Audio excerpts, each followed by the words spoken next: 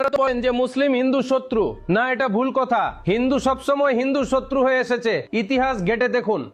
আমি বলে দিচ্ছি, চন্দ্রশেখরকে খুন করানোর জন্য খবর দেওয়া বীরভদ্র তিওয়ারি হিন্দু ছিল।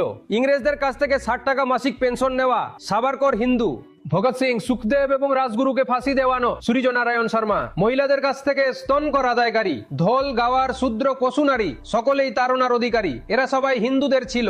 সতীদাহ প্রথা শুরু করেছিল হিন্দুরাই। শূদ্রদের পড়াশোনার অধিকার ছিল না, এটা হিন্দুদেরই প্রথা ছিল। শূদ্রদের হাতের জল পান করলে অনর্থ হবে, দেবদাসী প্রথা হিন্দুদের।